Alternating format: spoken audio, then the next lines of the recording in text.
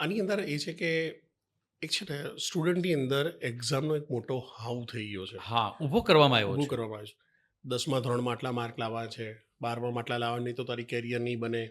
એક પ્રેશર થઈ ગયું અને એ પ્રેશરમાં એને ઘણી વખતે આપણે ન્યૂઝ પણ જોઈએ છે કે એ લોકોએ જિંદગી ટૂંપાવ્યું, હા, હા. મોતની છલાંગ લગાવી, ગળું ટૂંપાવ્યું, ઘર છોડીને જતો રહ્યો અને ઘણી વખતે એવા કેસીસ આપણે જોયા છે કે છોકરું મેન્ટલી અપસેટ થઈ ગયું છે. જી. અ, મારી ડોટર શેર કરી હતી કે એના ક્લાસમાં કે એક છોકરી છે એટલે મારી ડોટર કે ટોપર હે પપ્પા મેરે ક્લાસ કી.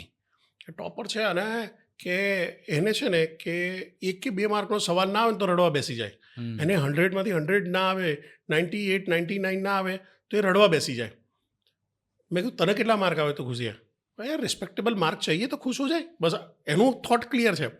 પણ હવે ઓલી છોકરી મને એ છોકરી ઉપર એટલી દયા આવે છે કે એક તો બિચારી ટેલેન્ટેડ છે, માર્ક વધારે લાવી બધું જ છે, પણ એના મગજ ઉપર બોમ્બ મૂકી દેવામાં આવ્યો છે. એ ગમે ત્યારે ફાટી શકે એવો છે. અને જ્યારે એમના પેરેન્ટ્સ જોડે વાત થઈ તો પછી મને એવું રિયલાઇઝ થયું કે એની પેરેન્ટ્સની એટલી બધી એક્સપેક્ટેશન છે કે છોકરી એ એક્સપેક્ટેશન પૂરી ન થવાને લીધે આ દેકારો મચાઈ રહી છે, રડી રહી છે. બિલકુલ સાચી તો વાત છે. થોડુંક તમારું આની ઉપર પ્રકાશ આપો.